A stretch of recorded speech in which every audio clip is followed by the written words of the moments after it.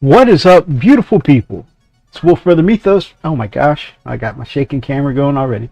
What is up, beautiful people? It's Wolf Brother Mythos from the channel Frost and Fists, and welcome to tonight's show. Tonight's show is running a little bit late.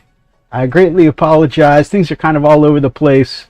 We ran into a flat tire earlier, and we waited like almost 2 hours at the tire place, so that way everything could get fixed and checked out and all of that. But I'm here now, so it's been a crazy day. But happy to be here, happy to hang with you amazing hobbyists and just talk about this hobby that I love so much. How are you guys doing tonight? Good evening, Charles. Good evening, friendly neighborhood inquisitor. I hope you guys are both doing okay. I see you also covered some of the changes, Friendly Neighborhood Inquisitor, and I haven't had a chance yet, but I'm looking forward to going back and watching your video on it. So, and because, I always start the episode with a cup of coffee, but I haven't had a chance for a refill because, like I said, I literally just got in the door from the tire place just a few minutes ago. But because they had us wait so long on the bright side, they actually stayed open like almost an hour past closing to make sure that they finished taking care of us. So it was cool. It was very Cliff Notes version, just little quick bits. Okay, cool. Good evening. Who took my dice? I hope you're doing well, my brother. Good to see you. Oh, so always starting with a hobby update and what I've got for Pork Chop. And while I talk about my hobby update for the week, I'd love to know what you guys are working on or what you've got going on in your hobby. I know that Steve from Who Took My Dice there has already started on his kind of a Christmas series, and he's building up to a Christmas event, which he has been building and painting for, and I'm excited to see where all of that goes. He's also got some great videos on the new Lieutenant Titus he painted up, and a great holiday hobby memory, and he also asked the community what some hobby memories are for you in the holidays. So yeah, check out his video, leave him a response if you can, or maybe be inspired to do a video response. Shooting it this weekend. That's awesome. Yeah, check out his channel over on Who Took My Dice. You can either check him out there in the chat, or as always, he's in the link tree below, the Friends of the Frost and Fists. Coffee sounds good right now. I bet, because you are always up super late or super early. I'm willing to bet you probably haven't been to bed yet, but I always appreciate seeing you in the chat, my brother. I'm sorry it means that you're not getting any sleep.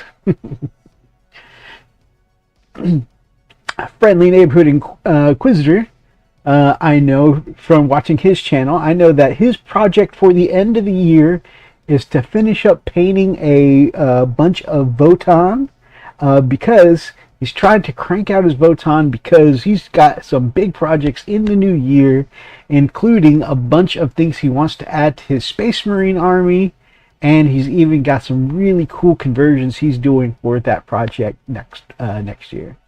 So yeah, check out both of their channels. They are really, really great guys. All right. I have right now I am pulling out some of my half finished, and well, let me start with what I am working on. So we have started priming and starting to lay down some dry brush of, I primed these black, started laying down some highlights of off black that you can see here. So started sketching out the highlights, and next step, before I do any more, I wanted to get the basic highlights down. So my next step is to go in and put, some models will get a jade color camouflage, a dark jade color camouflage with a little bit of bright jade highlight. And some of them will just get trim and whatnot. But I really like how well, and obviously I'm doing this with an airbrush, so, but I really like how the highlights on the black, it still reads as black, but you can definitely tell that there are some gray tones there that are making it like, not like just look solid flat, right? There's, even though my picture is focusing in on my face, you can still tell that there's some shape there, some definition, where the highlights are bringing out those shapes a little bit. So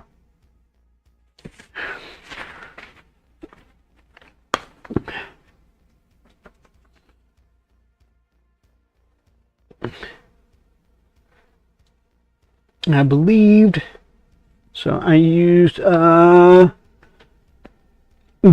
Pro-Acryl black airbrush primer, and then I went with dark neutral gray mixed with black as the highlight, and then once again with the airbrush, just a little bit of, not quite pure dark neutral gray, but like slightly darkened down a little bit. But yeah, so yeah, just black mixed and then dark neutral gray.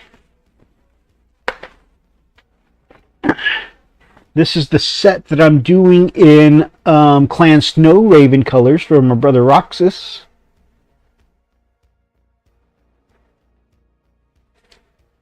Of course, now there's the part where I get worried, right? Because like the ones that I'm doing in trim, not that big of a deal. But the ones that I'm doing the camouflage on, I hope I don't mess up those highlights and have to start over again. Oh, hey, brother Roxas. Hey, I was just showing off some of the highlight jobs where I painted your mechs black and then used a couple of colors of off black to add some highlights via airbrush.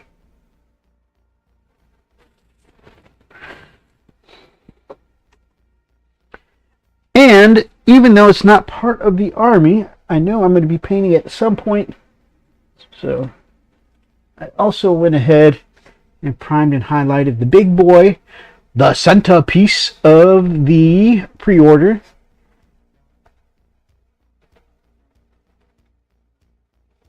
That's very cool. I'm looking forward to painting this one.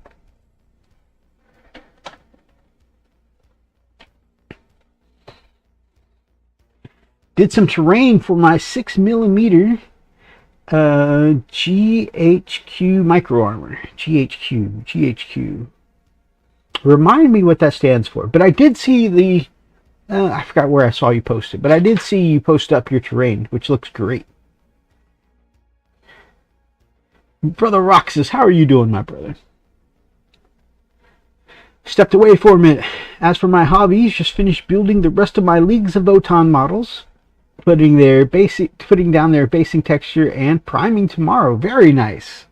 It's funny because while you stepped away, I mentioned that your big project at the moment was pushing to work on your Votann models, because you had a couple new projects for the new year you wanted to start, and I mentioned that you were revamping your Space Marines and doing some cool additions, and that you've done a really cool conversion for your captain, so it's going to be cool. Well, I know you said you haven't been working yourself too hard lately because of things slowing down at work, especially around the holidays. But I'll say as always, don't work too hard tonight, my brother.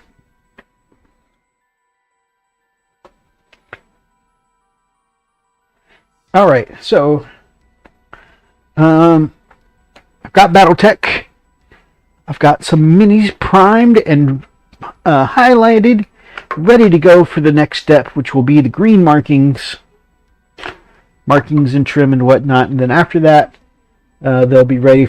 Well, I'm sure there'll be some cleanup, and they'll be ready to move on to metallics. So, got it all planned out. The only other thing I've done really hobby-wise this week, because I was mostly playing catch-up for being out of town last week, so I've started pulling out some of my White Scars models, giving them a dust off, because the day after Thanksgiving, Boxing Day, or Thanksgiving, the day after Christmas, Boxing Day, I have a game with Brother Atlas, and I've been running my Guard and my Ultramarines a lot lately, so the goal this time is to pull out the White Scars. They haven't gotten any love on the tabletop in a hot minute, and yeah, I'm going to be playing them. It's funny because I actually bought them a codex, and I hate to say it, but I'm going to be using Dark Angels rules because for some reason Dark Angels have better bikers than White Scars, even though, you know, theoretically White Scars is a very bike focused army, and for the Dark Angels they're just one of 3 branches.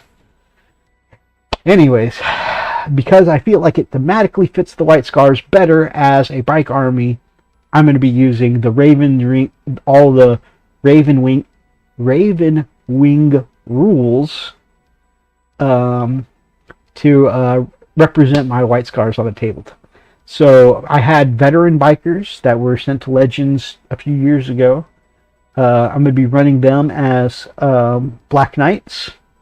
I've got my Khan on bike that was sent to Legends at the beginning of 10th. It's going to be my Samael on bike. It was funny. It was just a very easy. The Forge World bike I used as my Khan on bike model actually had a plasma cannon option that you could have put in the nose of the jet bike when you built it, and so it was actually a pretty easy conversion for me to change out. I just went through my bits box, looked for the plasma cannon it originally came with. It came with a couple options. One was a plasma, one was I want to say there was a Volkite in it. I don't remember. It was a couple of different weapon options, but to represent a Khan on bike model at the time, you know, bikers come with, you know, the double bolt rifle. So basically I put the Storm Bolter kind of in the nose of that bike, and it worked for, you know, a lot of years. So I very precisely managed to extract it out without breaking anything. It's one of my favorite conversions ever, and I love the paint job I did on it. So I was very nervous, but I managed to get the double bolter out and put in a plasma cannon. And then just in case I ever go back to the old loadout, I magnetized the double bolter, and I magnetized the plasma cannon, and I magnetized the bike. So I can now just swap between loadouts. If for some reason the rules change again down the line, I get a Khan on bike back, I can just swap it back in. So I did some. I didn't do this recently. That was something I'd done when I bought the Dark Angels Codex earlier this year. I pre-ordered it and got it on release. I got the special edition, the collector's edition cover of the Dark Angels, which is neat. So I'm running my Khan bike as Samael. I've got my Outriders, which we'll talk about later. Outriders got a nice little buff. I've got my Contemptor Dreadnought. So I've got a Contemptor with double las cannons, and he has the missiles on top. Yeah, it's a Cyclone missile launcher, I think. The Contemptor Cyclone missile launcher, one of these guys. And anyways, so because he's got, you know, there's no rules really for the Contemptor was also sent to Legends, right? So since I don't have a Venerable Contemptor anymore, that's been sent to Legends, I've gotten permission from my opponent, and because it's got the double las cannon and missiles, I'm going to be using him as a Ballistus, and he's okay with it. In fact, he actually has kind of a larger profile than a Contemptor because I put red wings on him, and so you know, he's got that kind of wider profile because of his wings, and you know, a Ballistus Dreadnought would also be kind of wider. So anyways, I think that's going to be cool. I'm taking my Xiphon Interceptor. That's been, of course, Legends, but the Xiphon is my favorite flyer in all of 40K, 30K. So even though it's Legends, I'm taking it anyways. I'm taking my my Walker will be the same. My Repulsor is going to be the same. Oh, I have these guys that I bought as their Forge World units called the Ebon Keshig. And I'm taking them to the game. They're basically Tartaros Terminators with these really cool Asian style Nadochi, right? Or Naginata.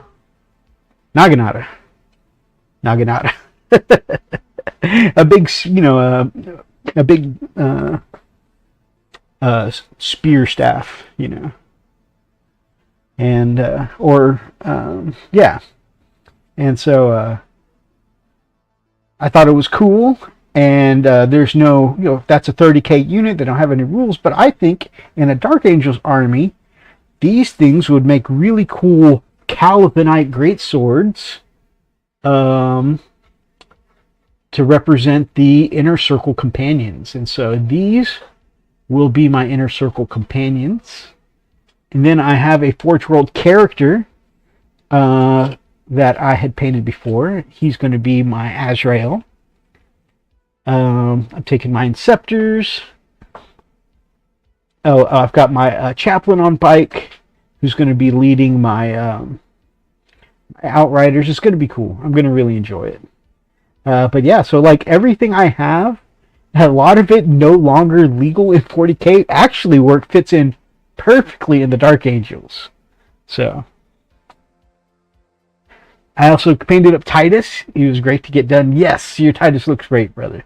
Definitely check out his Lieutenant Titus showcases. I still keep wanting to call him Captain. Had to order some basing soil. Used up almost all I had. Well, it's a big project. All those terrain bits were a big project, so I definitely understand that.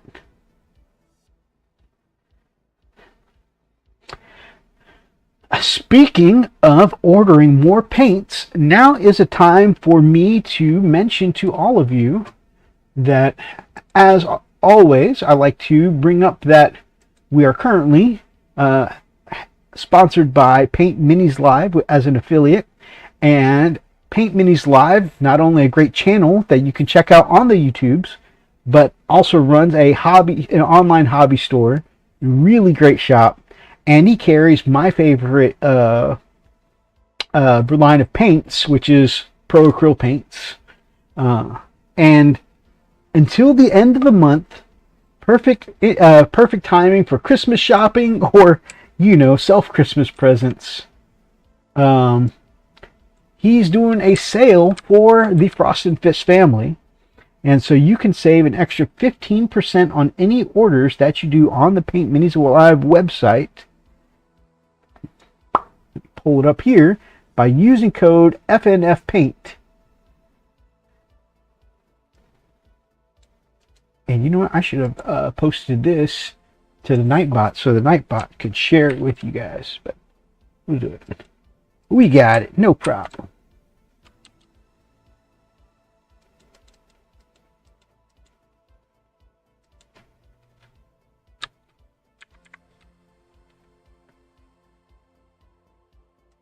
All right, that's a little too long.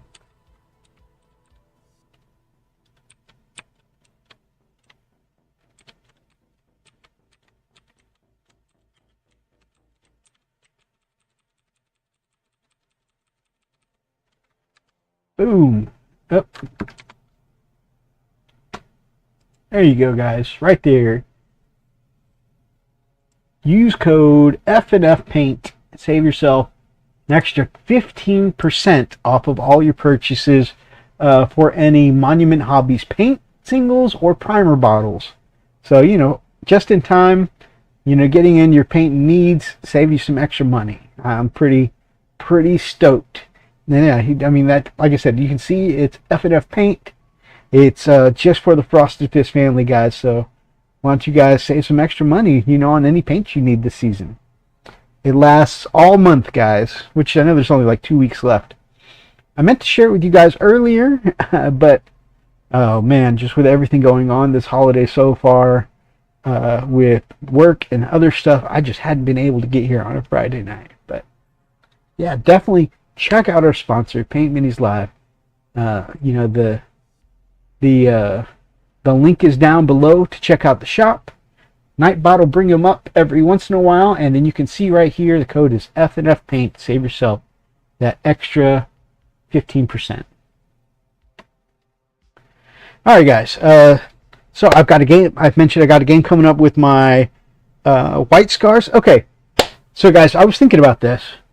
So the Dark Angels part of the part of the Dark Angels that I'm using is basically mostly Raven Wing. So what I want to get your opinion on is, what would you guys call my White Scars Dark Angels crossovers? So because of their Raven Wing and their White Scars, part of what I was thinking of was like White Ravens or White Wings, or the Scarred Angels.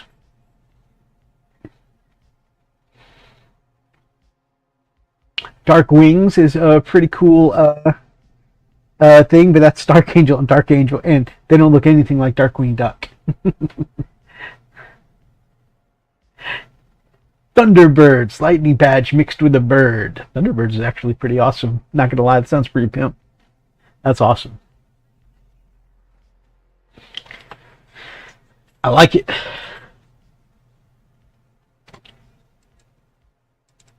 So yeah, I'm really, and this is, by the way, this is gosh, when did that Dark Angels Codex come out? Summer? Spring? This is my first time running my my White Scars, or my Scarred Angels, or my White Ravens. I think White Ravens. Or my Thunderbirds. This is my first time running the army since I bought the Codex, so I'm really hyped. I'm looking forward to putting all these minis on the tabletop. You'll notice things like my Inner Circle companions are only half painted.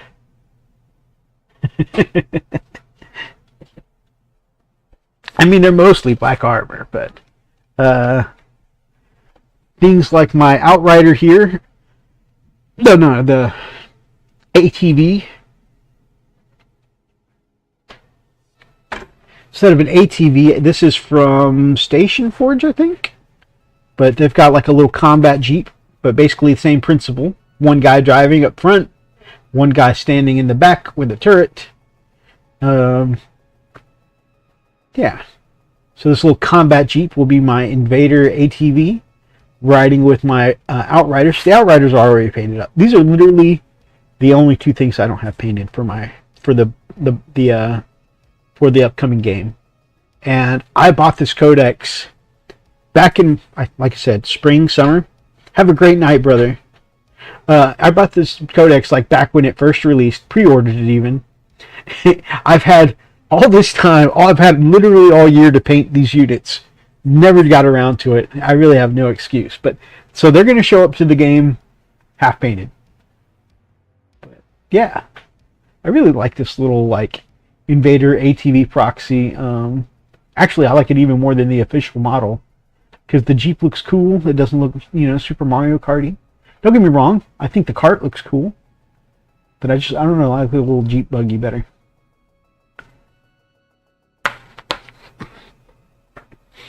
And hey, at least half painted, they have some color on them, right? But I don't often play with unpainted units, but I am not against it if I want to try something new. So, anyways, I'm being silly, and I know some people are going to look at it as a sin to, play with unpainted models or half-painted models. The way I look at it is, if I get in a good game with them, I get excited that I brought them.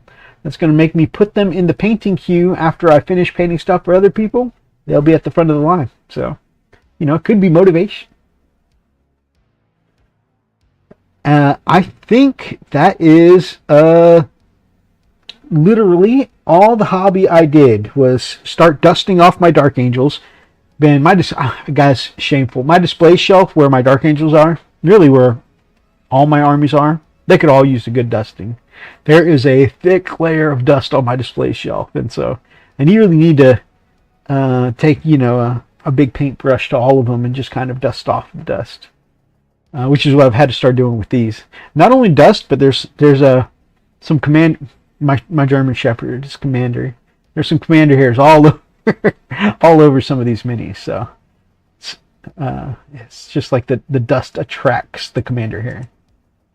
So anyways, yeah, I guess so I did some airbrushing for the Battletech. I did some dusting on my Dark Angels just to get them ready for the game. That's it. That's all hobby I got done this week. It's not been a super fruitful week, but I'm plugging away at it slowly. As long as I make some progress, that's some forward momentum, right?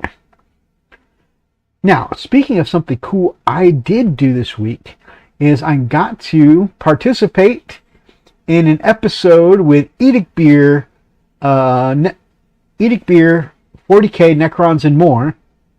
Good old Nick from the Edict Beer Wargamers Unification Group had me on as an interview in his podcast, and it's a video podcast, so it'll come up on YouTube, and it airs next Thursday over on his channel, Edict Beer, 40K, Necrons, and more. So go check that out. It's a great conversation, and yeah, it's just, he does a really cool, like, just casual chat interview, talking about stuff that we love, talking about our hobby, talking about he talks a little bit about my channel, because the reason he does these podcasts, well, those who don't know Edict Beer, he has always been about celebrating the community, for the longest time, and he doesn't get as much time these days. He's a freshly married man again, so he's got family obligations and stuff like that, and sometimes we all go through more busy seasons in our lives, and so he hasn't had as much time. But for the longest time, Nick Beer was in almost everyone's comment section on the hobby YouTube, leaving everybody nice comments, spreading hobby love to other people, doing video shout outs for other people, hosting community events to get YouTubers working together, and of course he formed the Facebook group, the Edict Beer Wargamers Unification Group, just to meet other hobby YouTubers and share our videos and basically just build a community of us who do Warhammer and other such hobbies on YouTube. He's a unifying force and a community presence, a pillar of the community, as they say. And so that's his thing. And he said he'd like I said, we all get through some busy seasons in our lives, and so he said he's doing the podcast is kind of giving back, going back to his roots as a community focus, and really shining the spotlight on other people. And yeah, I get the episode before Christmas, so I feel super lucky, super excited. Edict seems just like a super chill dude. He really is. He really is. He is a great guy indeed. And I'm sure Nick is a big fish in this community, and I'm of course still a little fish. But if anyone's not watching Edict Beer, 40K Necrons, and more, I have so many people on my link tree. Let me double check before I lie to anyone, but I'm pretty sure he's there. Yes, Edict Beer, 40K Necrons, and more is down in the link tree below. The Friends of the Frosted Fists. So make sure you check them out. I had to click on my own link tree because I have so many names on here. I forget. I forgot. I just want to make sure nobody fell through the cracks. I'm really looking forward to the episode. There are some awkward moments on there. So yeah, it's bound to be interesting. Yeah, It's a good time. And I think, I don't know if you kept it in there, but you may have even seen me shock our brother Nick. Absolutely shock. Depending on if he leaves it in there. We're kind of going back and forth or whether or not to keep that. Oh man, but I caught him off guard for sure. But other than that, it was a great conversation. Telemachus, good to see you, my friend. Good evening. Greetings, Peepazoids. And now I have the Freakazoid song stuck in my head. Peepazoid, Peepazoid. Alright guys, what do you say we talk about some more Hammer news? That's my hobby update. Actually, Telemachus, what kind of hobby update do you have, my friend? What you been working on? What you got for a poke chat? Viewers want to know. You told them Necrons are trash, didn't you? I mean, I feel like I may have given them a same value of shock. Alright, I'm going to load up the first article and we can talk about some things.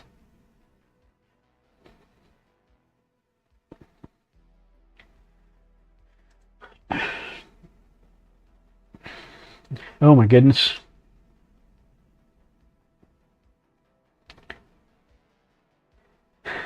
Oh, download the updates. Yes, click.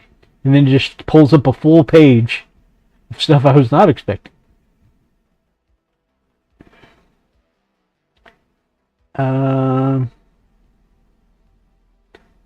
Space Marines Librarius Conclave.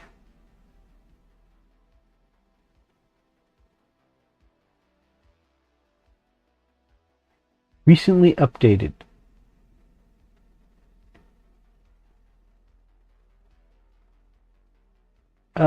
Wait, I gotta remember the date is arranged Britishly. Okay. So, balanced data slate. That's what I'm looking for, right? There we go.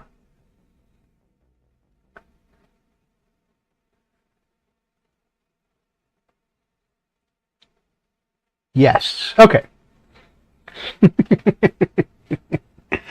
Your dork of a brother got lost because he forgot the way other countries label their dates. I'm really good at this, guys. I deserve to be here. Oh, man. And I think are out of Space Marines?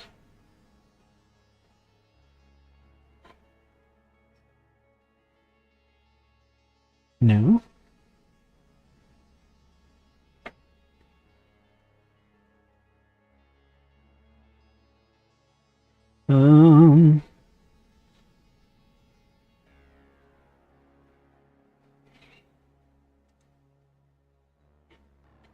Okay. Uniform Fieldman. Okay, that's what I need for the Space Marines points.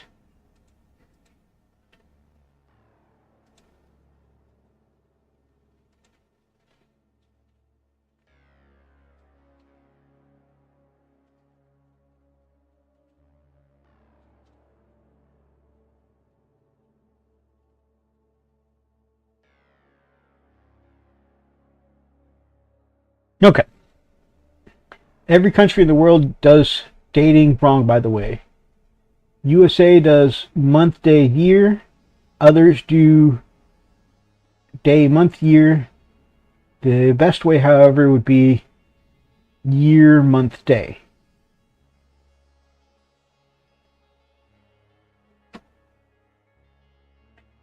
Fair?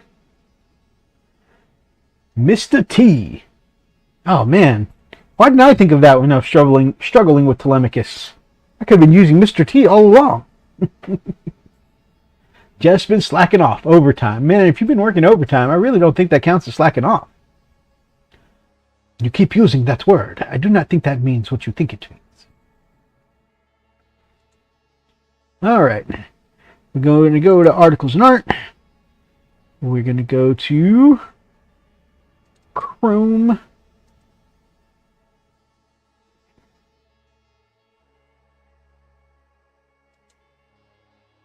There we go. Done. Start vague, then get more specific. Oh, okay. Princess Bride reference.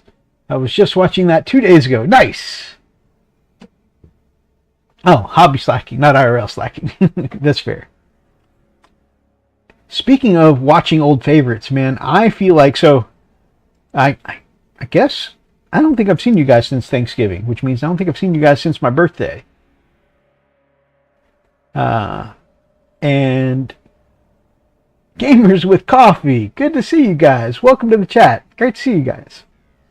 Now, I broke a birthday tradition this year. Normally, every year at my birthday, I watch the old classic 1980s Transformers the movie, animated movie, of course, and put myself through the torture of Optimus Prime dying in spoilers for something from a movie from like 1989.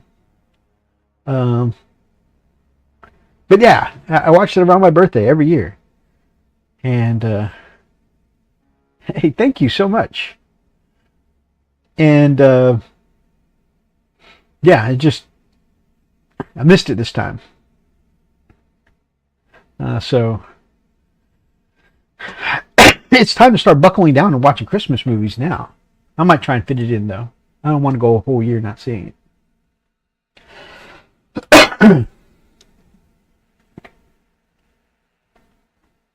It's good to see you guys too.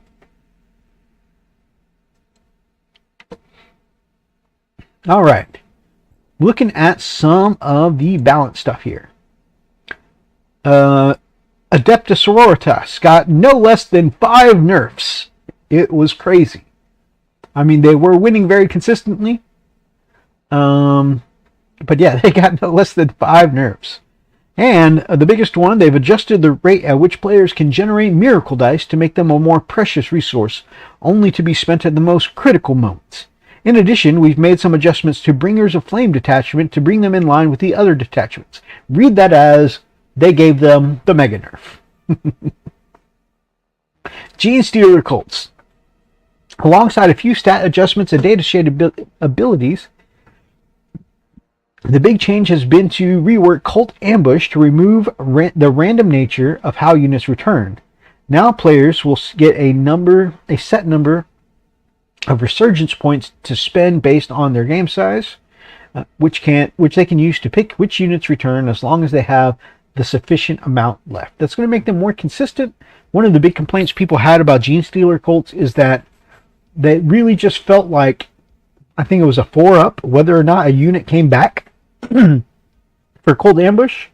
And so, like, whether you win or lost a game just really felt like, could they make enough 4-up saves to just outnumber you? And so now this is going to be way less swingy. It's going to be way more reliable, not super, not like those rare games where people would spike their 4+s and just have every unit come back. But at the same time, it won't be like on the super low end where they have nobody come back with some bad rolls. So, I like the idea. It seems more consistent. I don't play Colts, though. In fact, I don't think... looks like instant tonight. Oh, man. Yeah, I could use some more coffee myself. But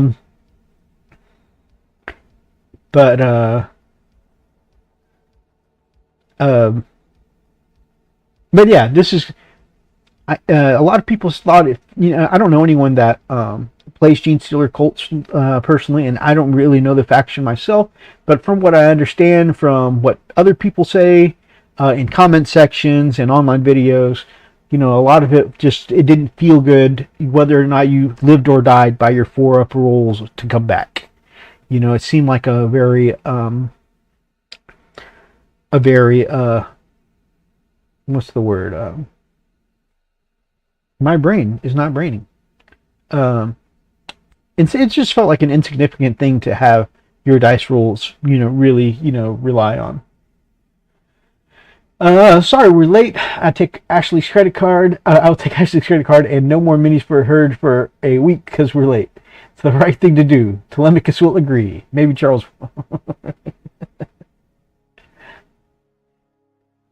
Minnie's austerity. Ashley says, why my credit card?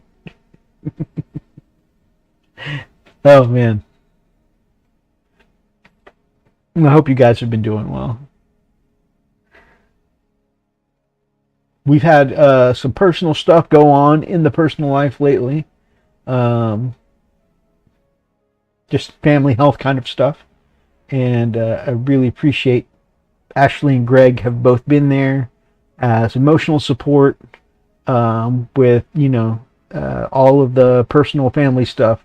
And so a big shout out to them. Please check out their channel, Gamers with Coffee. Really good people. All right. Now, I went through the first two, but like I said, what the thumbnail says, we're here for Space Marines. Greg, this directly applies to you and our Ultramarines.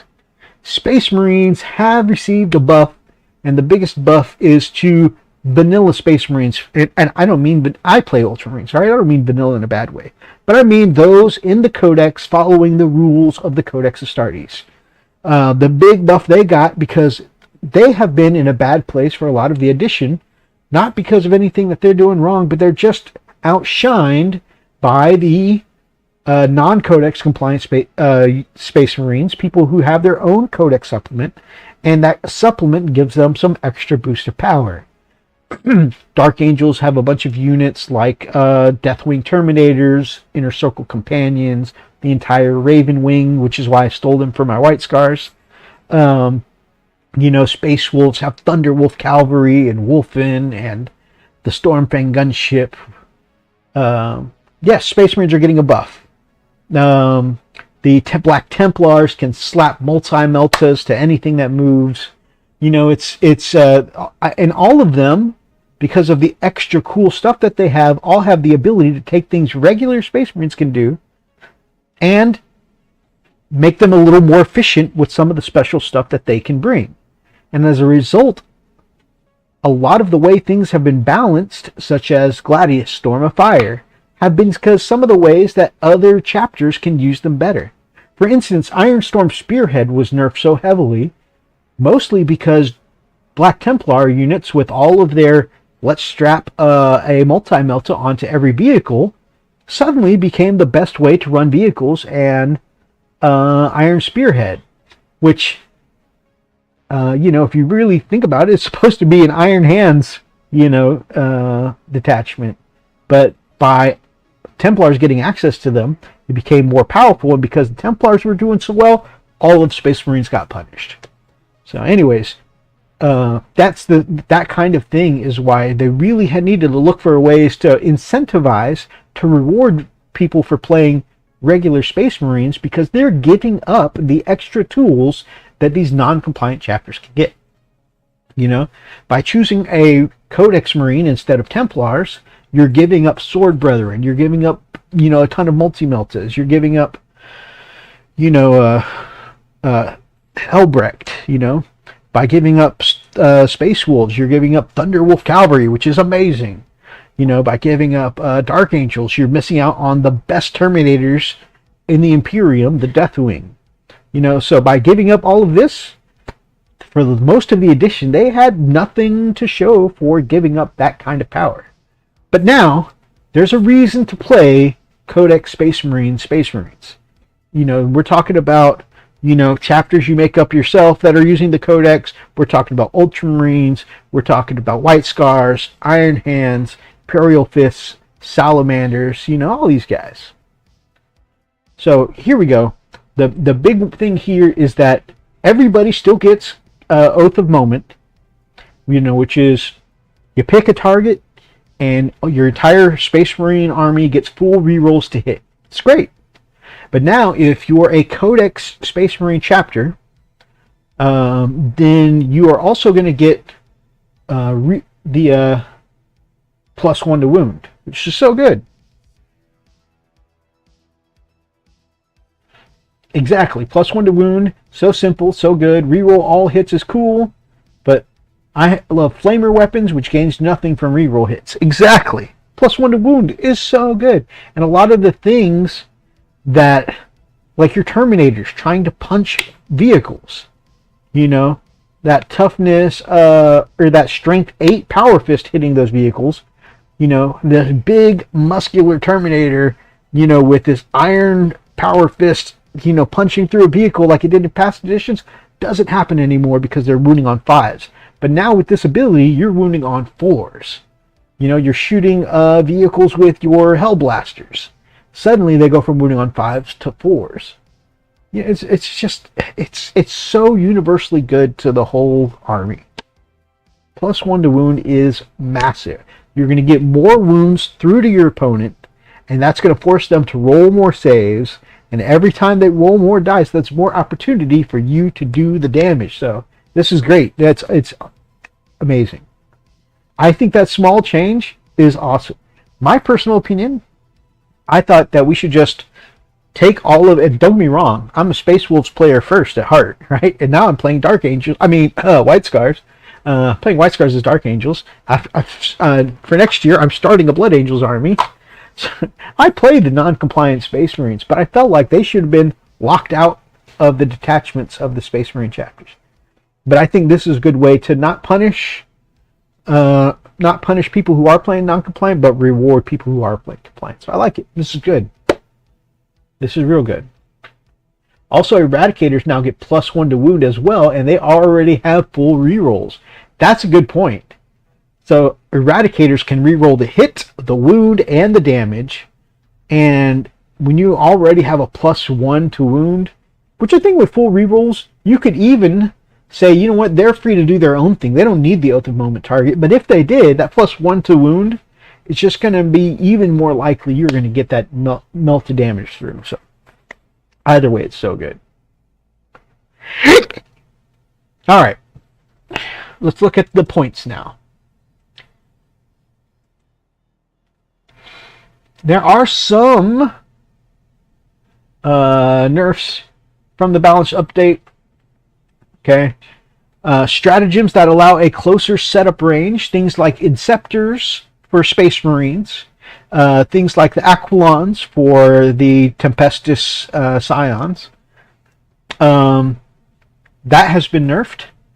Okay, so now anything that allows you to be set up within more than 3 inches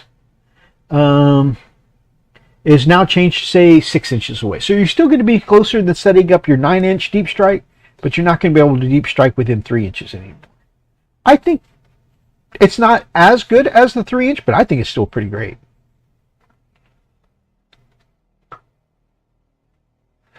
Another thing that's been made worse, stratagems that worsen armor penetration. And for Space Marines, this means the stratagem Armor of Contempt.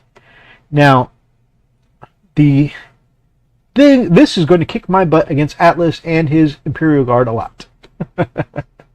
So what this does is that now when you Armor of Contempt, okay, it still reduces the AP of damage incoming by 1, but before it was until the end of the turn, right? So anybody shooting this one unit or attacking this one unit in any way would have worse AP by 1. So if they were hitting you with an AP3 power sword, it's now AP2. If they were hitting you with a las cannon AP3, it's now AP2. If they're hitting you with a chain sword AP1, it's going to be AP0 now. That's really good, right? This has saved me so many times against Atlas's Imperial Guard army. But now, it's not going to be as good. So this is a straight up nerf. Now you can only reduce that armor pen by 1 from one source. So you declare it for exactly one thing attacking. You know, so if I use the Armor of Contempt to protect my Space Marines from one tank that Atlas is shooting me with, okay, I'll have a better save with that against that unit. But then the next tank that shoots, it's got my number. Ugh. Ugh. So that is a pretty hefty nerf.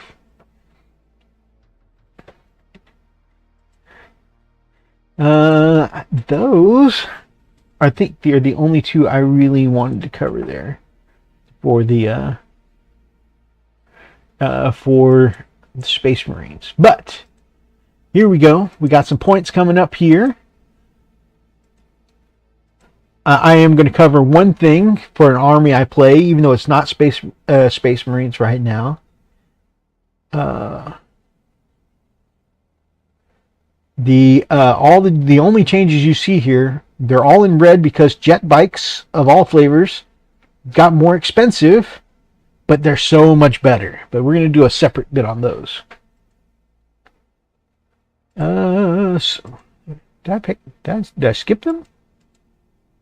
Mechanicus, Custodes, Sororitas,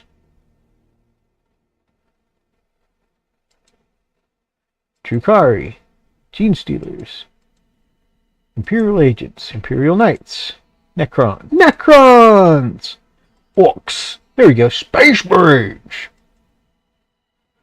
If you guys have never played the original video game Space Marine and heard the war boss yell out Space Marines like that, oh, you're missing a treat. What a swell treat.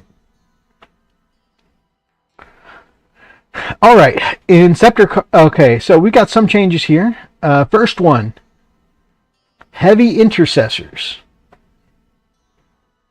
Okay, now let me go over here.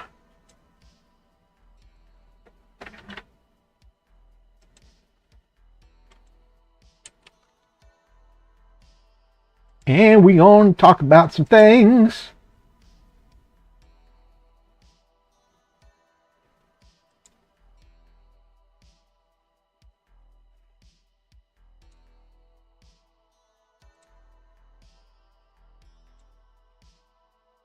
All right. So, heavy intercessors have gotten more expensive. Okay, you can see that they're 15 points more expensive than they used to be. But heavy intercessors have gotten so much better. So the thing before is heavy intercessors are one of the most durable troop choices with good objective control.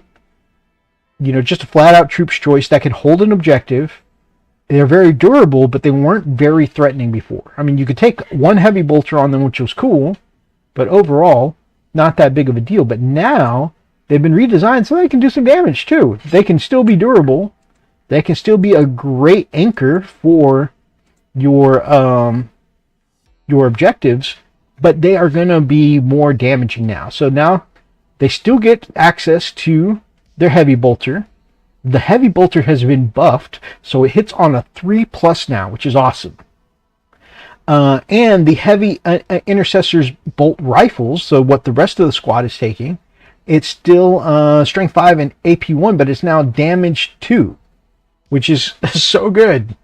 So your standard troops sitting there holding objectives all has damage 2 weapons, because the heavy bolter already did damage 2, and now the their bolt rifles have damage 2. That's going to be able to stack so much damage. It's really good. It's really neat. Get off my ship, Space Marine! Exactly, it's a swell treat. Honestly, the 3-inch to 6-inch change doesn't matter too much to me, and scepters aren't a melee unit anyways, so a bit of distance is fine. It still gets them in close and in range to do effective move blocking. Exactly. The only thing it doesn't really do very well is, which is I'm pretty sure the reason that they nerfed it. If somebody wasn't standing on exactly the center of an objective, they were standing at the edge of an objective, with the 3-inch deep strike, you could deep strike to the other side of the objective and possibly take that objective from them. So that's why they nerfed it, is so that way there is no more just like sneaking objectives away from people via deep strike. Because it was, it can be a little cheesy. I get it. Nice, like the updates. I'm glad you like them so far, my friend. All right, let's see. Are the Infernus Marines next? Heavy Intercessor. Inceptors are cheaper now. You can see that their price came down. You get a discount of 10 points for every 3 you take, and that's just to represent the fact that their deep strike has been nerfed from 3 inches to 6 inches. Still great, like friendly neighborhood Inquisitor said. They're still great for that. So, I mean, like I said, it's one minor change. You can't just sneak objectives off of people now. but they're still going to get in close. They're still going to get full, positioning to do all their shooting damage and move block stuff if you need to move block, or screen out something if you need it screened out. But they're still great. You can still deep strike them in great places to do your secondaries. It's awesome stuff. The Infernus Marines, again, for each squad, every 5 models, they've gone up 10 points. But the Infernus Marines, Greg, your favorite units for burning Tyranids, have been buffed again. Now, all of the flamethrowers, those Pirate Blasters, now get AP 1 instead of AP 0. So that's so good. That's always been my disappointment with flamer weapons, is like, you can get a lot of hits with them, but the no AP thing usually means that a lot of people just save the wounds, right? Unless I'm playing against guard, in which case they're great. But yeah, now Pirate Blasters having AP1 makes them so much more meaningful. I think it's amazing. So, is that AP1 worth 10 points? I think it absolutely is. Hallelujah. I'll pay that every day of the week. Oh, and on top of it, when you hit somebody with the Pirate Blasters, it makes them take a Battle Shock test. And now, because you're setting them on fire, that test is now on a -1. So it's even better. It's great stuff. What's next? What's next, Space Marine? Marnie's Calgar. Okay. Marnie's Calgar has gone up 15 points. He and Uriel Ventress were far and away the best and most frequently taken characters in the Ultramarines. And because they have been considered an auto-include in how good they are for your army. They're being toned down a little bit, nerfed a few points, because they are so good and consistent, and they probably need to have their points. When a unit gets to be like auto-include, every army must take this character, I don't like that. My list is going up, like 40 points right there, 35 points, because I like taking these 2 characters. But I can agree that maybe they were a little overtuned.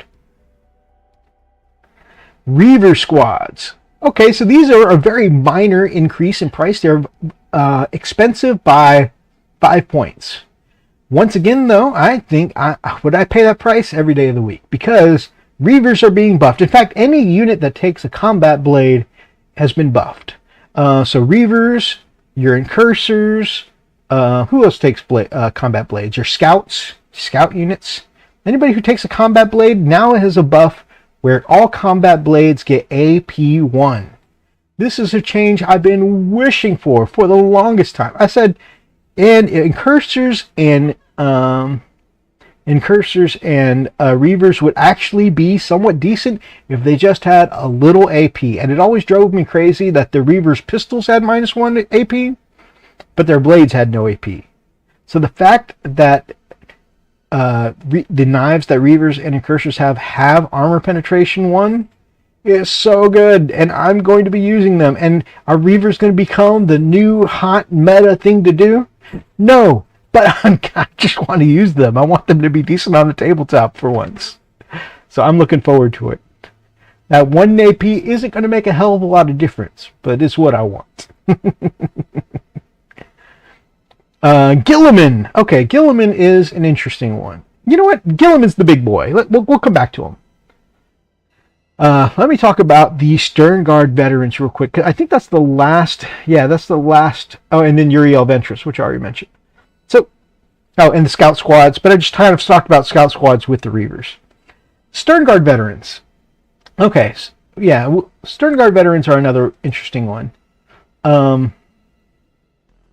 The Stern Guard veterans are great because, like, I don't have any yet because I haven't had the opportunity to pick any up for my army. But Stern Guard veterans are great because their rifles have special ammunition that do devastating wounds, mortal wounds with their bolt rifles, which is awesome. And they have been buffed in this because now in this update, they gained reroll all wounds against your Oath of Moment target. if you're re-rolling wounds and wounds get devastating, and this unit gets devastating wounds, well, devastating wounds is anytime you roll a natural 6, you get mortal wounds. Well, okay, now let's take that back. I'm re-rolling all wounds. I'm going to fish for those 6s. So anything I roll that's not a 6, I'm just going to re-roll all of them if they were good or not, because I want to get as many 6s as possible so I can stack as many devastating wounds in as possible. So this unit has gone from being pretty decent to really good now. So yeah, you could just really stack up a good bit of devastating wounds, and of course, devastating mortal wounds aren't savable, right? They can get a feel no pain, but they can't save it, so it's good. In my opinion, the Reaver should have AP2 on the blades. It's all gravy. Hey, like AP2, would I take AP2 every day of the week? But I'm happy with AP1. I'm just so happy that they have something nice to do. Also, if you have Vulcan Histon out on the field, Infernus Marines go up to OC2. Oh yeah, I forgot about that. Which, by the way, I need to put up a video on my finished paint job. Okay, it's funny. We had, on the Sunday after Thanksgiving, we had group Thanksgiving, with the extended family, right? Friends that we've been friends with for over 10 years now. And I say friends, to me they're family. Just like when you're at Olive Garden. But, okay, so I told them about the units I had finished. Turns out, you'll enjoy this. Turns out, I told you guys, I'm comfortable talking about this on the show because I'm pretty sure my brother doesn't watch the show, right? I was wrong. He was watching the show the whole time. He said he wanted to comment, but he decided to let me have it. And then I asked him, "Did you know about this?" And he's like, "Well," but okay. So then I get home. I go to the Thanksgiving and we talk about it, and I realized that I'd forgotten to pack his salamanders, and I'm like, "Oh no!" And so I'm like, "Stop by later tonight, man. We'll get you hooked up." I get home, and I go to varnish, because the Vulcan Histon here was the last thing that I had finished completed painting, and so I just needed to seal him, matte varnish him down. He was still shiny from the gloss and oil wash and whatnot, and so I was just like, yeah, real quick before Kane gets here. Psst, psst. Oh no! I did the double tap before I even looked. Hey, get some rest, brother. Big loves to you. Thanks for stopping by. I love those guys even better. They should be strong. That's right. I do the double tap. The double tap out of reflexes. Reflex. Didn't even think about it. And as I'm doing it, psh, psh, I noticed I picked up the wrong can, and this was my black primer.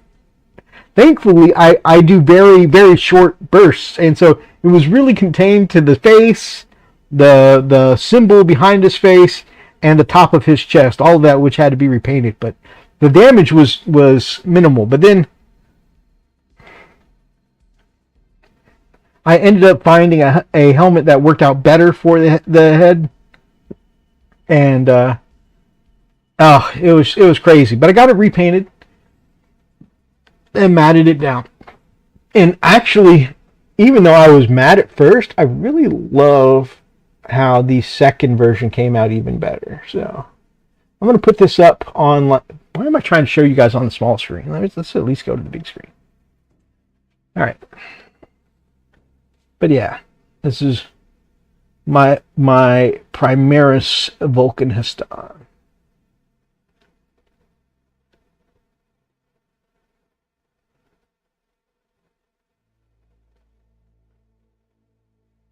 So I'm really proud. I really love the flame effect on the symbol. I think that might be my favorite thing about how this came out. I do like the heat effect on the blade.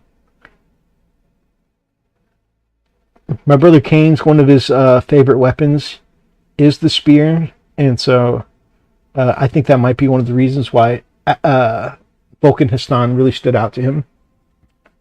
But yeah, I got him done. I need to do a showcase on him, but I'm really, really psyched.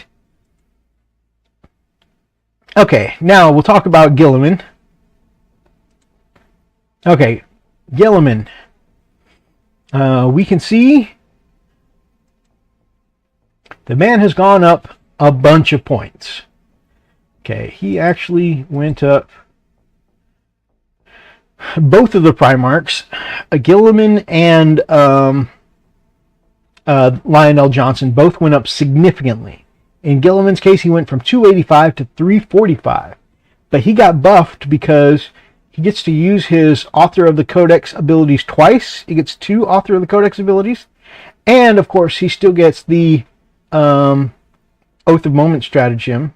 The Oath of Moment, he can make a double Oath of Moment, is what I'm trying to say. You know, so once your first Oath of Moment unit dies, he can pop it onto another one. So that's awesome. And he still gets the free stratagem aura. He gets that and the free stratagem aura. So, I mean, he gets both of those. The words are just like getting caught in my mouth as they start to come out. You get both of the abilities, which is great. And with the new +1 to wound Oath of Moment, it's going to be even more likely that you kill one Oath of Moment target and are able to put that Oath of Moment target on something else. Man, those words did not want to form.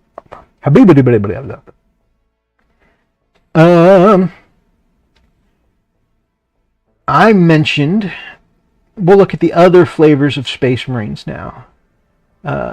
Space Wolves. Wolf Scouts. Of course, all Scouts got the AP on their blades now, so Wolf Scouts have gone up. Wolfen have gone up. I think that's just another thing where they were being picked a lot, run a lot at tournaments, mostly for secondaries and stuff like that. They're just a good, cheap unit. I remember when they were very expensive, very damaging, very survivable units, but, you know, I guess we can't have everything. So they decided to take this unit and make them the exact opposite of what they used to be. They're very cheap, very non-damaging units.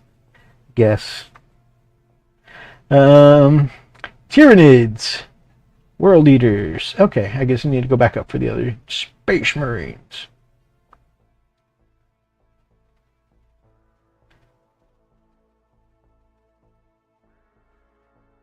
Oh yeah, I can see now. This is like alphabetical order.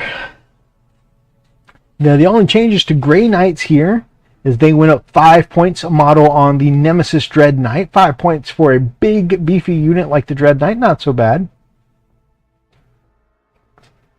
Although I don't remember them being that expensive before. Drukari. The Index Death Watch is just a reprint basically of the points from them getting an index earlier. This Grotmas. Dark Angels, the only points changes here. Again, I mentioned before that they changed the price of, they increased the price of all the not all, both of the Primarchs for Space Marines. Lionel Johnson went up 30 points. So yeah, went up 30 points. I'm going to be honest with you.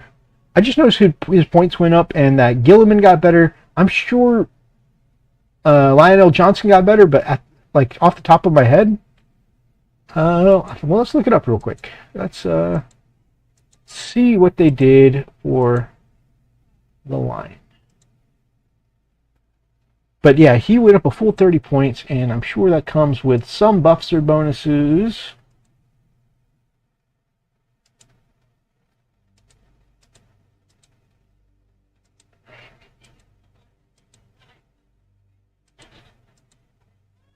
All right. Oh, that's the bonus. So it was just one change for Lionel Johnson, but it's a pretty good one. Is it worth 30 points? I'm not sure. So he always had the strike profile that was pretty damaging on his with his sword. You know, you would get 8 attacks, hitting on 2s, strength 12, minus 4 AP, damage 4. His sword does a lot of work. He also had a sweep profile too that was anti-infantry. 16 attacks, a beast. He could wipe out massive squads with this. 16 attacks, hitting on 2, strength only 6, AP 3, and it was 1 damage before. But now they buffed that, so now that damage 1 becomes damage 2. But you're still getting 16 attacks with damage 2 strikes. That's pretty amazing to me. That is definitely a Marine equivalent killer. Let's see. It's Dark Angels, Chaos, Blood Angels. Chief Librarian Mephiston, who is considered now possibly the best lone operative in the game for doing secondaries and stuff like that. Lone operatives are just very valuable in any army, and Mephiston, as possibly the best lone operative in the game, is gone up 10 points because he's so good. Everybody's taking him. Sanguinary Guard. You know, not a lot of people are enamored with the new Sanguinary Guard models, and they look like they want to sell them. So even though they're doing really well right now, they've gone down a discount of 5 points for every 3 models. And then Liberator Salt Group is the most taken of the detachments for Blood Angels, and they have an enhancement called Rage Fueled Warrior. It's gone up a whopping 15 points for an enhancement. It's 25 now. So I guess originally it was only 10 points and it's gone up to 25. So, you know what? I have got to ask Wikipedia what Rage Fueled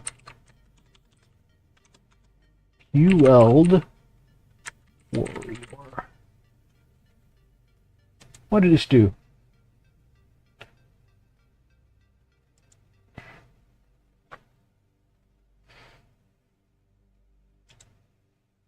You guys can see I was using Wikipedia for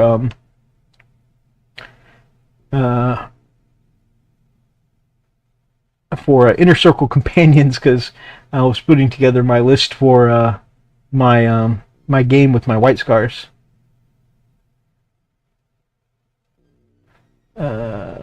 Enhancements, Artificer Armor. Hey, that doesn't say Rage Fueled Warrior. You lied to me.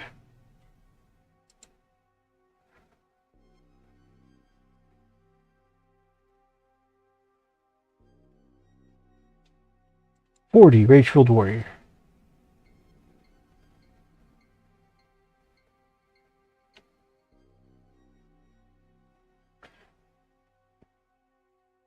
Oh, another change that didn't cost points is the Ravenwing stuff.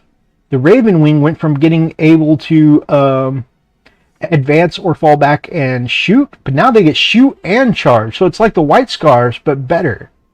Because it's just advance or fall back and charge for the White Scars. Another way that Ravenwing is even better than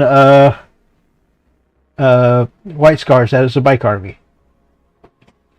Black Knights, the biker models now got devastating wounds on their weapons. It's only damage 1. For some reason, their weapons are only damage 1. But okay, Rage. Why are you telling me that this is on this page and then not being on the page? Okay, come on, Wikipedia.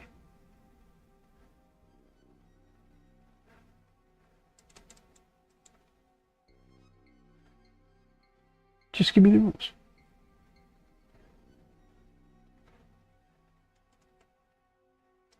All right, we'll just ask. Bing.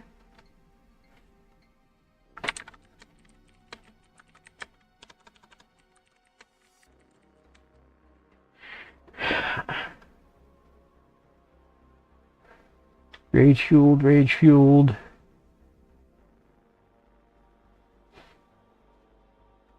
Why am I having so much trouble finding this?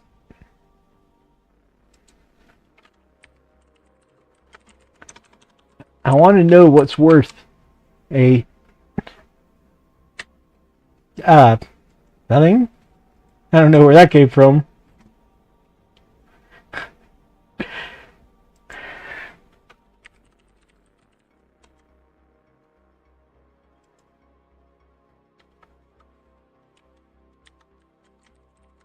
Rage fueled.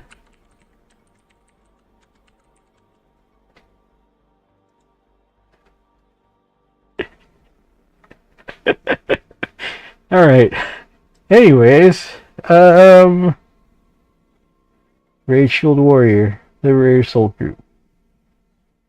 Okay. Once per battle, at the start of the fight phase, you can activate this to give the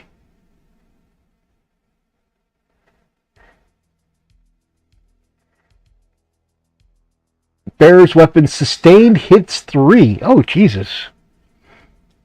A relic captain will come with 7 attacks on the charge, giving you solid odds of scoring 8 to 9 hits, hitting a single 6. Occasionally, he'll blow up for 12 plus hits, just eviscerating some poor target.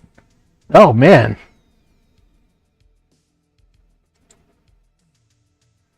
All right. Well.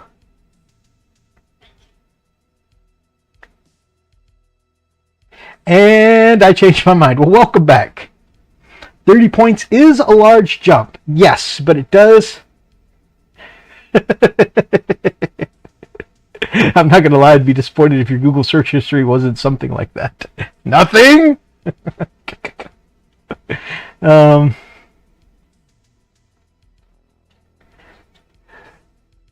points is a large jump for the Primarchs, but I think the boost that they're getting, well, the Lions, I'm not sure if that's worth 30 points, but for Gilliman, absolutely. Absolutely. He got some major buffs for sure. Happy freaking Friday, X-Gear Commander. I hope you're doing well.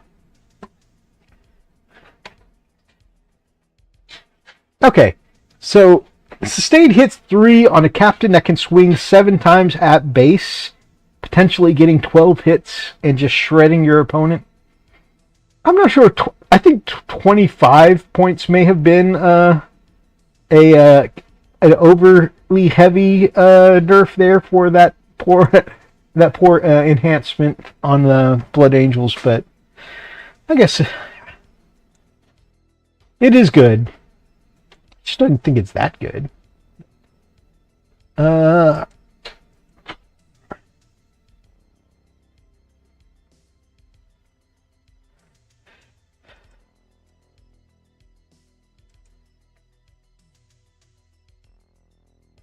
Oh, mentioning that the company of hunters get advance and charge.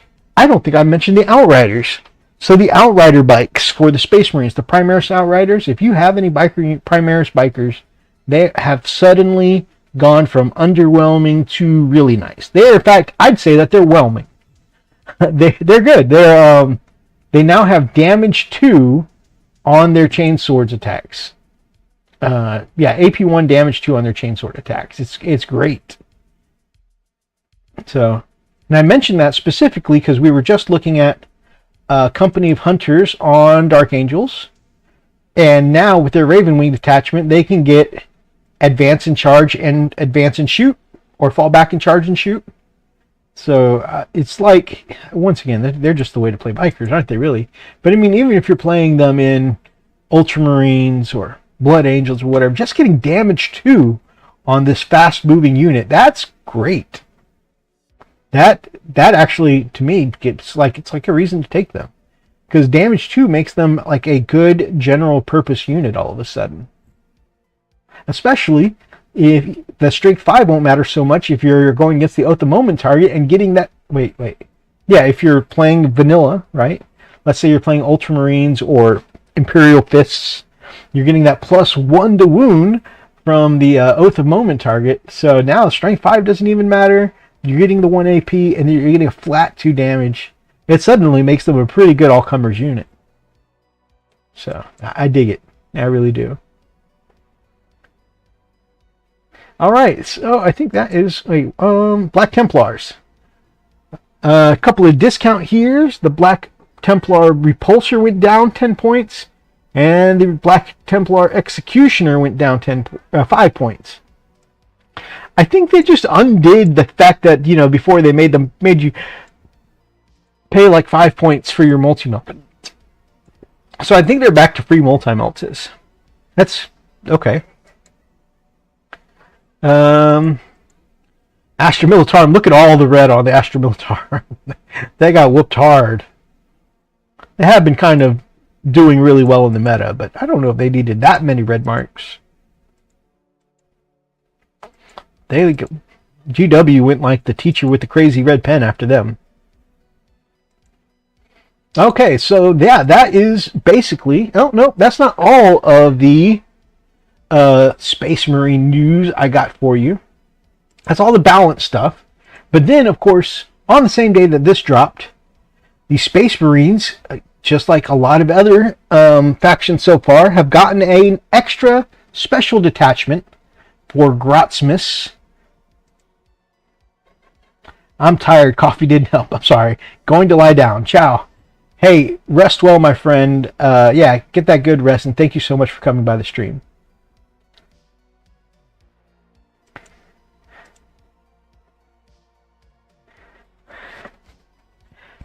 All right, so the new detachment that Space Marines now have the option of is called the... Oh no, you're going to make me download a document again. Ugh. Don't make me do this. Oh man.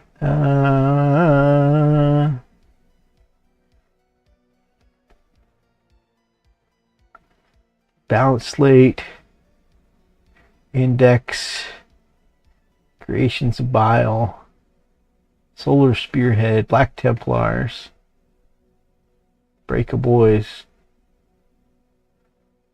Errata Space Marines, Tankbusters, Ratlings, Librarius Conclave. Oh my gosh. I really love going through their site. Alright. The new detachments for, that Space Marines now have the option for is called the Librarius Conclave. So if you really like doing psychic shenanigans, this could be the detachment for you.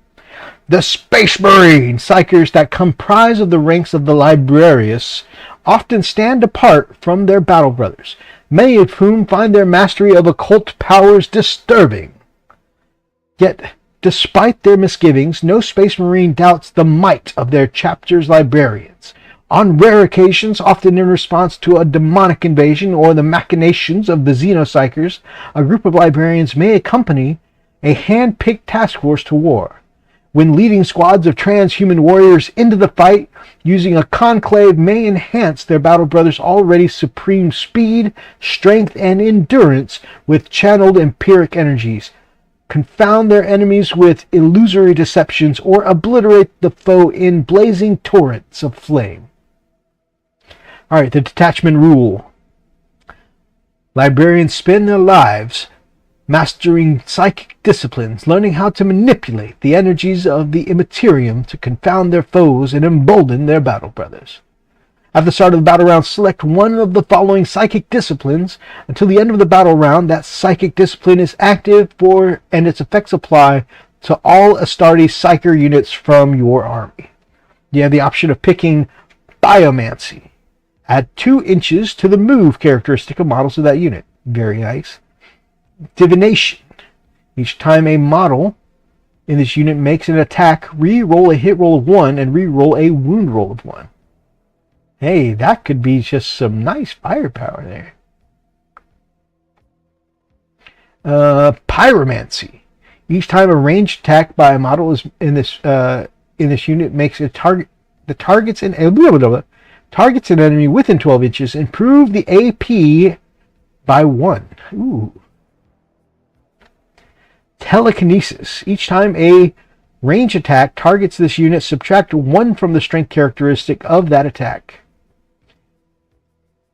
And then telepathy.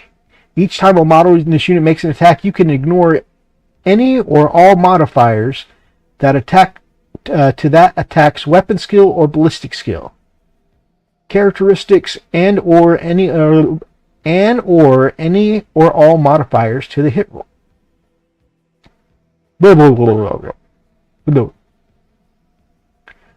Okay, so yeah, if they pop smoke or do anything else like Vanguard Spearhead that makes you worsen your hit roll by 1, then you can just counteract that with this.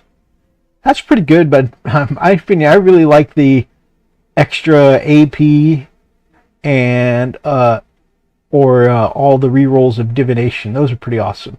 Or if you just need to really get your units across the table, maybe that 2 inches will help you get to your objective in time. Or, that's the only thing I could really think of, is getting to the objective. I'll tell you what, I could use an extra 2 inches right now.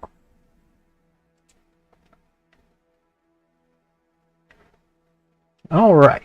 So looking at their other buffs, looking at their enhancements. I don't know if you guys have ever played Dragon Age, the first one, but there was a character who would enchant your weapons for you. You just take him the stones that you needed for the enchantments and the weapons. And, anytime you'd say, hey, got some work for you, I need you to enchant this for me, he'd just get so happy and he'd be like, enchantments!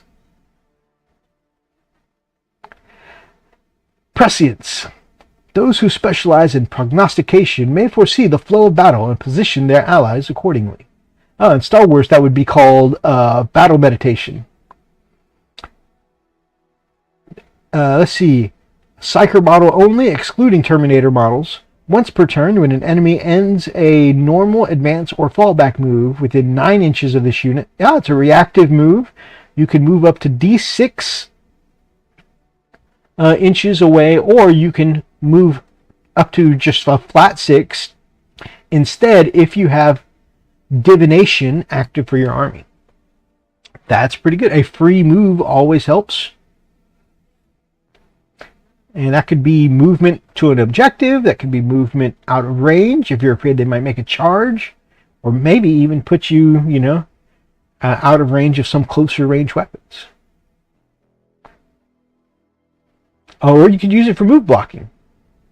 Take a reactive move and move closer to them.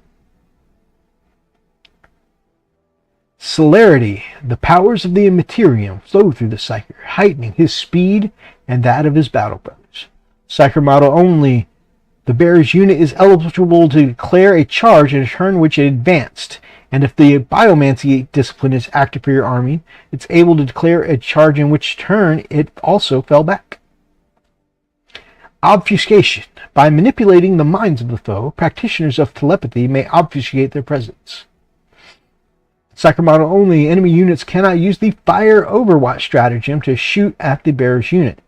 And if the telepathy discipline is active for your army, bearer's unit cannot be targeted by range attacks unless the attacking model is within 18 inches. It's pretty good. Gives that unit kind of a pseudo lone operative. 18 isn't the same as having a 12-inch protection, but Fusillade. Fusillade? How do you guys say it? In the immortal words of Sean from Psych, I've heard it both ways. Psyker model only. The librarian wreathes the ammunition of his allies in armor-eroding halos of azure flame. Ranged weapons equipped by models in the bearer's unit have anti-monster and anti-vehicle 5+. Nice. You have sustained. You also get sustained hits +1 if pyromancy is active, and add 6 to the range characteristic of those weapons if telekinesis is active. That's pretty neat. Overall, if you were just running several psychers, more than one at least, I think this would be a neat one to play. I don't know how often I would use it, but I have a psyker. I feel like I would need at least 2 or 3 psychers to really make this useful, though. We'll see. All right, looking at the stratagems. Yeah. Sensory Assault. Select one unit that is within 18 inches and invisible to the psyker. It's an enemy unit within 18, invisible to the unit. Until the end of your next turn, that enemy unit is pinned. While a unit is pinned, subtract 2 from that unit's move and 2 from its charge rolls. Nice. In addition, if telepathy is active, that enemy must take a battle shock test, subtracting 1 from their result. I really like that all of the enhancements and stratagems kind of tie back to the main army rule, which is the disciplines. Right? If this discipline is happening, boom, here's an extra effect. I think that's pretty neat. All right, Iron Arm, fight phase, and Astartes infantry unit from your army within 18 inches of the psyker, and has not been selected to fight this phase. Until the end of the phase, add 1 to the strength characteristic of a melee weapon equipped by models in your unit, or add 2 if Biomancy is active. Ooh. So you could be taking your Power Fists or Thunder Hammers up to strength 10. Oh. Armor of Contempt. We all know what Armor of Contempt does. It has recently been nerfed, though, as we talked about before. Assail. Win during your shooting phase. 1 Astartes Psyker that is eligible to shoot. Select 1 enemy within 18 inches and visible to 1 or more Psykers in your unit, excluding ones that have lone op, and roll a d6, adding 1 to each result if telekinesis is active. On a 4+, that enemy unit suffers a mortal wound.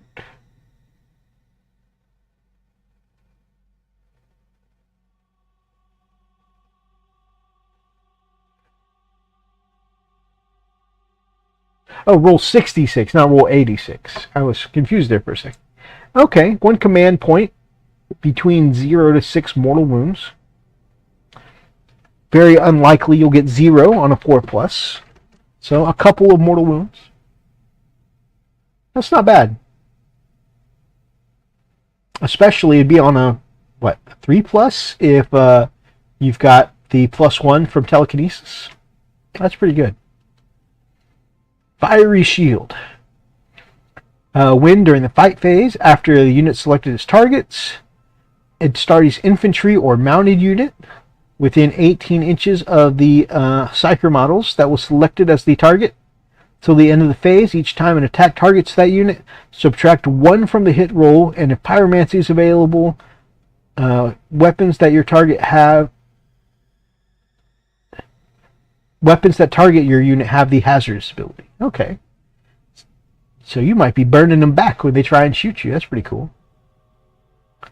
And next one is Prescient Precision. Your shooting phase, Psyker unit from your army that has not been selected to shoot. Till the end of the phase, each time a model in your unit makes an attack, that attack has the lethal hits and ignores cover ability, as well if the divination is active for your army. So it comes with lethal hits, and you get the ignores cover if you have divination active. That's pretty cool. Overall, I don't think this is going to be super strong, although I don't think any of the Grotmas detachments have been like, wow, this is just stand out super strong. But I think it's going to be another fun way to play Space Marines. And like I said, if you have the Psykers to make it work, it could be worth trying out. It may not be super powerful, but I think it is neat.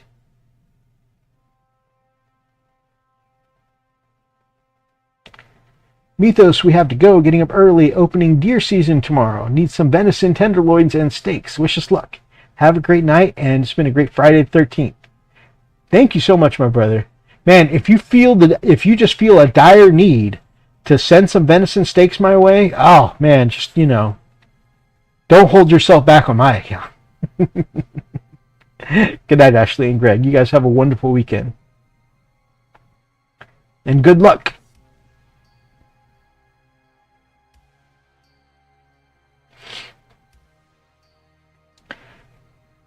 All right, that puts us at almost 10 o'clock. We won't go through others as thoroughly as this one, but we'll take a look at, we got 10 minutes. We'll look at a couple of the other ones. Oh, this is, if I'm going to spend my last 10 minutes on other Space Marines, I just want to point this out. Death Watch are back, baby. I feel bad. I feel horrible, honestly, if you shelled out the money to get the what's it called? Agents of the Imperium Codex specifically for Death Watch, and now they've been pulled back out and put into this index. But at least this index is free, right? They decided to take it back and make Death Watch their own faction again. The Black Spear Task Force returns and are bringing full tournament legal index with their fresh recategorized kill teams. Now, I'm going to go ahead and point out the Firstborn kill teams still missing, still gone. This is officially the Death Watch are done with the Firstborn kill teams. And we knew that eventually they were going to fade out the Firstborn, and this for the Death Watch, this is the addition. Specifically on the Death Watch specific Firstborn units. Now, of course, Tactical Marines and Devastators are still around for the moment, but it is a matter of time. Black Spear, Index Grey Knights, Index Thousand Suns, Index. I'm so bad at finding things on this site. Index League, Index Eldari, Grey Knights, Index cards, Thousand Suns, Death cards. Does anybody see Death Watch?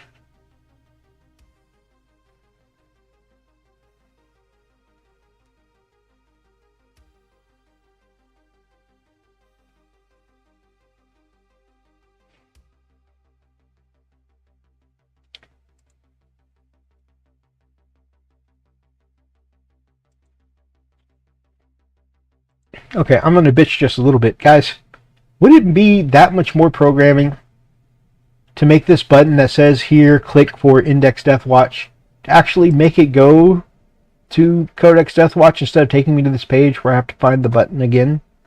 I press the button, it should go to the thing, not take me a button to push another button, right?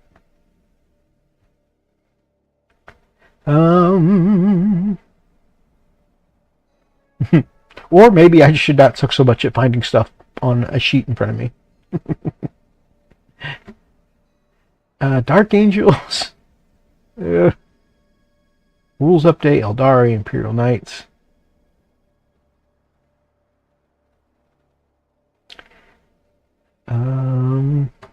Indexes? Maybe if I go here.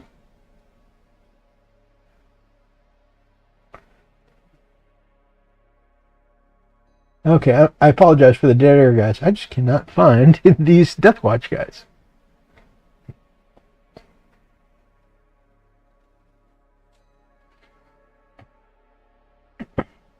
Index, I keep coming across Index Death Guard. Index. You know what? We'll cover this on another show, guys. I don't feel like looking anymore. Okay, just know that Death Watch are back. Let's all celebrate. This chapter is back. Heroes from all over the Imperium, drawn from different chapters, to participate in defending against the Xenos.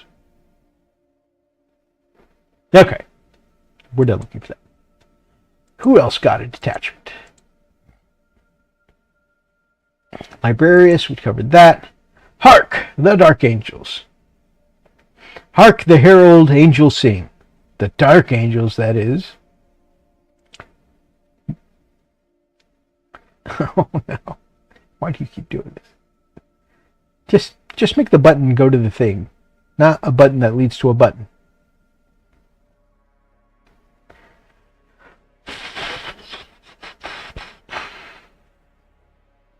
You know what? Okay, there's 5 minutes left, and I'm just going to be looking for buttons that lead to more buttons. So I guess we'll just go back to the big screen.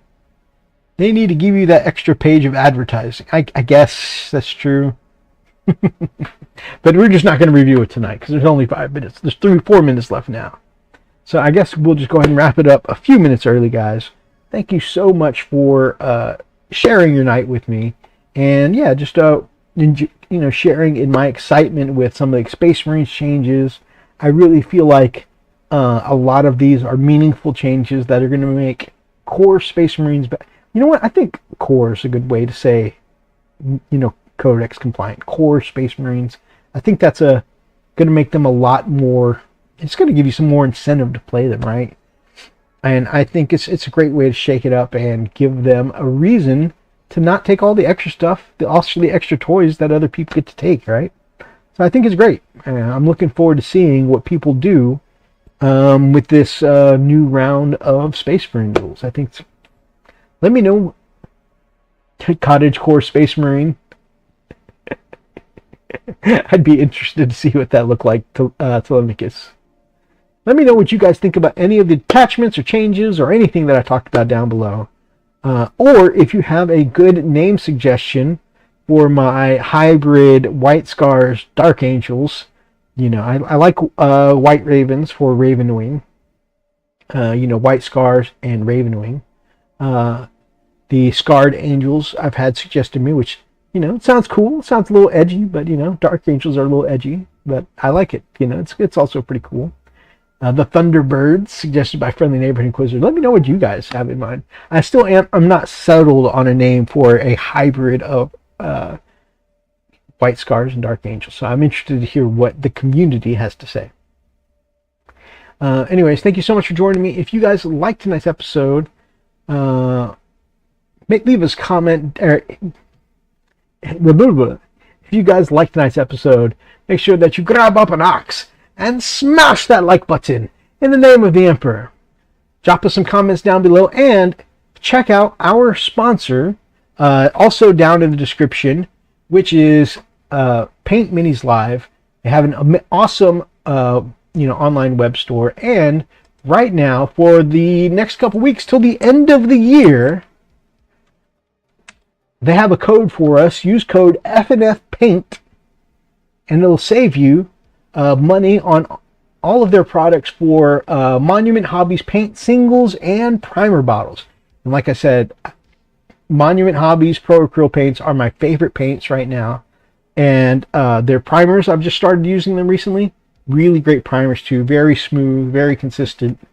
For myself, I feel like they're a little more durable than the Vallejo ones. So I like them a lot. So yeah, just check them out. And if you guys are going to be ordering some paint anyways, or if you want to stock your stuffings with some hobby goodness, this is a great way to save 15% on your paint purchases. So check out Paint Minis Live down in the description and their web store, and possibly save you some hobby dollars, right, guys? So until next time, guys, stay frosty.